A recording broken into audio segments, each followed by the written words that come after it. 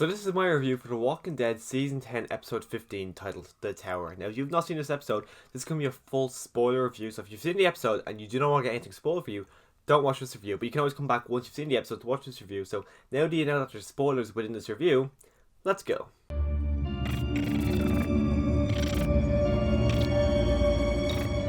So the episode kicks off, we actually kind of get to see the continuation of the story, or of the scene that happened at the end of episode 14 of last week with the princess and her characters. And after seeing the princess last week, I got really excited and I ordered a figure. It was meant to be here Friday, so I was hoping to have it in my background, but it never showed up. So hopefully, whenever episode 16 comes out, I will be able to have that in my background. So it continues on, we get to see the conversation, and I was kind of taken back by the princess's voice, because when I read it in comic books, I always kind of read it as someone with a really high-pitched, loud voice and just extremely squeaky. So as it kind of played out in the actual show, the voice didn't really work for me. I'm assuming it will grow on me eventually, but that's just never how I read her voice. I always kind of read it as the way it is. Like King Ezekiel, I always kind of read his voice the way he is portrayed in the show. So the way it came out the way it got from the comic to the show, I was just kind of taken back by it, because that's just never how I read her voice to come out. But the character herself, I actually had a lot of fun with her in this episode. In the comics as well, I was never really a massive fan of her. She kind of annoyed me in the comics. In the episode here, she kind of was running very tit on that line for many points where she could come across very annoying, but I think she portrayed it really well, where she didn't really annoy me as much as I thought. I found her to be annoying, which I think the character is meant to be slightly annoying, but she never annoyed me. She was annoying, but she just never really annoyed me, which I think kind of helped the character become, well, I think she will eventually become a fan favorite character, if not already.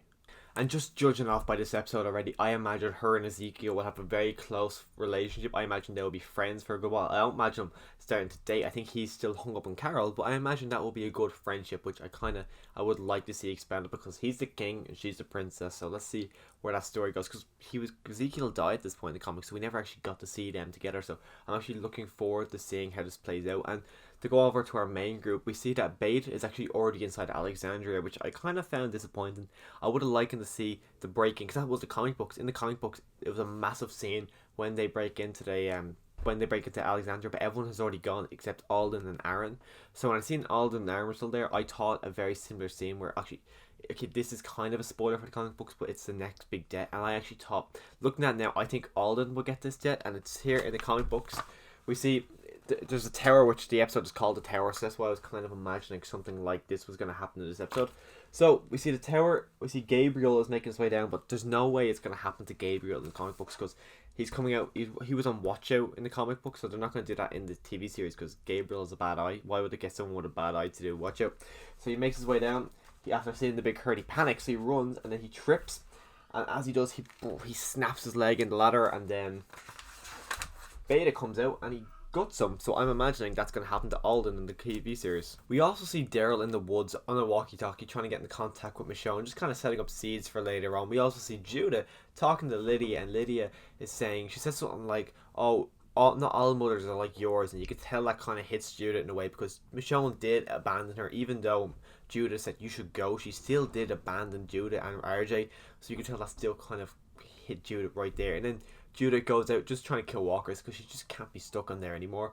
Runs into Daryl. Now her and Daryl are going around the woods together, and I actually love that. You see her, there's one scene when Daryl's with his crossbow like he always is, and then Judah has the katana, and another scene when Daryl's with his crossbow and Judah has Rick's gun. I just see that, I just thought that it was just fantastic. I actually love seeing the two of them together. I love the relationship the two of them have together, because he has been with her since birth, and the only one that's been with her since birth is, well, Michonne was there, you got Carol, and Maggie's coming back, and they're the only ones I can think of that has actually been with Judith since birth. And then when Beta and the Whisperers realise there's no one in Alexandria, they decide to move off, and Beta has just lost at this point. He's talking to himself, he's hearing things, he's completely lost, and you can tell the other Whisperers know that he's lost it, because you see the later Whisper that Daryl actually kills. She says, I have to get out of there, I love those people, but that guy, he has just lost it, talking about Beta. And it shows that some of the Whisperers, they're not there out of fear or the fact that they have nowhere else to go, because that Whisperer clearly loved being with those people. So some of them just love the people and love that way of life, which I think it's a bit odd that they love the way of life, but it clearly shows that they weren't all there just for fear of Alpha and Beta, which I thought was a nice little moment to show us that they're not just there because of fear. And I just thought it was a nicer way of showing that, like the way you had the people of Woodbury and the people of sanctuary, they weren't just there just because of fear. They actually just loved being there, because you can tell even now at this point where that kid, I can't remember the guy's name, but Negan killed him at the start of the season, and he said that his father used to work for Negan, and he wishes to go back to that way. So some people still, just because we disagree with them, does not mean that the other people who work under them are like don't like being there. I just kind of like the way they're doing this a bit more, to show a bit more humanity for the villains, even though Beta is a complete psychopath. But we actually see Carol is going out there to get something for Luke. I don't know what Luke is building. I thought Luke was just a music guy. I didn't know what else Luke could do. And Kelly goes out with her, and then Carol apologizes to Kelly for everything that goes on with Connie. And this just, she kind of forgives her, and she talks about how she has heard the stories of Carol. I was like thinking, geez, I would never have considered people telling the stories of Carol, but then you think about it. Carol saved them from Terminus, which I assume is such a badass story to tell. You hear the story from JSS when Carol went in and killed all the people from the wolves, and it's just, Carol's a badass. Of course you're going to talk about Carol's past. I don't know why I never considered them actually talking about her past. And I really liked everything that happened with Negan and Lydia in this episode. Back when the season first started, I thought, because Henry's gone, I thought Lydia and Daryl were going to have a father and daughter relationship. But now after this episode, I think it might be Negan and Lydia. And having Negan and Lydia's relationship might be the kind of item that keeps Negan in the show. Because if you've read the comic books, after All Out War, that's Negan's story. Or after the Whisperer War, that is Negan's story done. He doesn't die, but just Kirkman didn't do anything new with him. But I think if they give Negan and Lydia this father-daughter relationship, that's a way of keeping Negan in the story and keeping him always there, because he says to Lydia he did like his mom, he did like her mom, and if he didn't want to kill her, but he knew he had to kill her, and Lydia gets all annoyed, she starts punching him and smacking, then they hug and they're crying, and Negan's crying too. I just thought that was just a fantastic scene to show the growth of Negan and to show the character progression of both of their relationships. And I'm really excited to see if I'm right with the father-daughter relationship being built now between Negan and Lydia, because I just think that is probably the best way of keeping Negan on the show. And while we're on the topic of father-daughter relationships, we see Judith and Daryl have a great moment together, absolutely great. Like, it was bringing Lydia to tears, or not Lydia, it was bringing Judith to tears. Almost brought me to tears. They're talking about it, and Judith saying, "I don't want to tell you what the thing is," and we all know the thing is that Rick is alive. And I kind of didn't like that she didn't tell him, but also the way they made it, it kind of made sense. The fact that, because she doesn't want Daryl to leave. She thinks if she finds out, or if he finds out Rick is alive, he will leave. So she obviously doesn't want that to happen. And even though I want to see Daryl's reaction, I know everyone else wants to see Daryl's reaction to finding out about Rick. It makes sense now, seeing the scene why Judith does not want to tell Daryl, because she knows that Daryl and Rick were really close. If Michonne goes off to go find Rick, there's a very big possibility Daryl will want to go off and find Rick, and she wants to keep Daryl there, just because Daryl's the only father figure she actually has in her life, and she wants to keep Daryl there. Because I can't imagine Judith, because she'll feel like she's left alone, even though Daryl says there's so many people there who will take care of you, because they'll need you to take care of them when they're older. So she knows that there is people out there that will take care of her, but it's just Daryl has got that relationship with Judith that it makes sense why she does not want him to leave. And back to our group with the princess. Princess actually kind of makes them, well, doesn't make them, but she kind of wanders into a minefield, which took me straight back to season 5 of Fear the Walking Dead when Morgan put his foot in the landmine. And I was thinking, like, God, I hope they don't do that exact same thing where Ezekiel puts his foot in the landmine and they have to deactivate it, because I was thinking, please don't do that again. It'd be just repeating exactly what they did in Fear. Luckily they didn't do it and they get through that landmine, but it shows that, it was showing in the episode, or within the scene, that Yumiko was getting furious with Princess. Ezekiel was kind of was accepting of it, and he says, okay, people make mistakes, I still like this woman.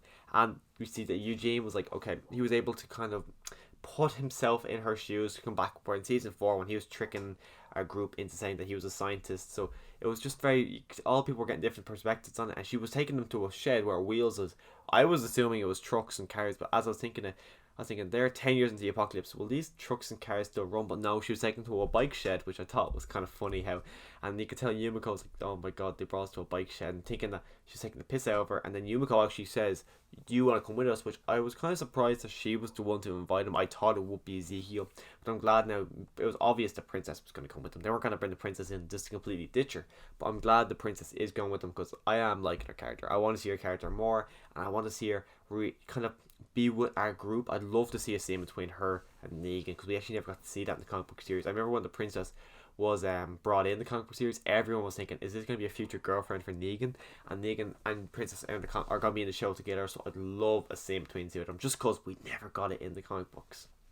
And because Beta and all the Whisperers realise there's no one in Alexandria, they start to leave and they're making their way to the ocean side. As I think, yeah, I'm pretty sure Beta said it, and Aaron and Alden decide to follow them just to kind of track where they're going.